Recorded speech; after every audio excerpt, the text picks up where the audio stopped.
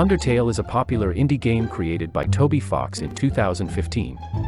It was one of the most influential video games and is considered the greatest video game of the decade by many. On the other hand, Geometry Dash is another indie game created by a guy named Jin Murin, aka RobTop. But my question to it is, can it run Undertale? Of course, the current version of the game 2.1 is practically obsolete in terms of actually making a famous title. The closest thing we actually got was a walking simulator 3D game made by one of the smartest and well-known creator of the post-singularity world we live in, Sputniks. No, we are talking about Geometry Dash 2.2.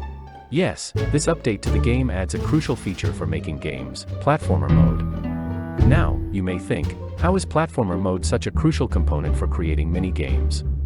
Well, the process of making games in Geometry Dash is more complicated than it first seems. The current version of the game, 2.1, allows for two-player mode. Two-player mode is really vital for all mini-games because it grants two control for the players to use.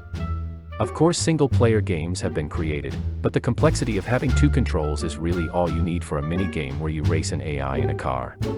But, we are making Undertale, which obviously requires more than one or two controls to play.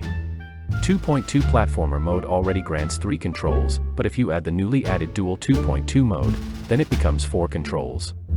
That is basically all you need for making Undertale in Geometry Dash. If you set your key bindings to the arrow keys or W, A, S and D, then you can pretty much play Undertale in its entirety. You can select buttons with the up and down keys, exit conversation with NPCs by pressing any one key and just walk around with the arrow keys.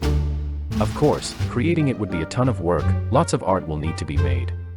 Actually making it work with controls like that would be absolutely impossible to do with that unless Sputniks makes some adjustments to Spawn. But, what I am trying to say is that it can work.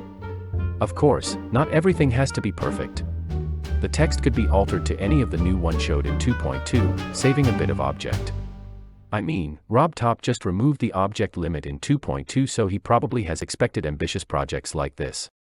But, there is one problem, one single thing that destroys every single little chance of Undertale ever being ported to Geometry Dash. You know it, you absolutely hate it: copyright and trademarks.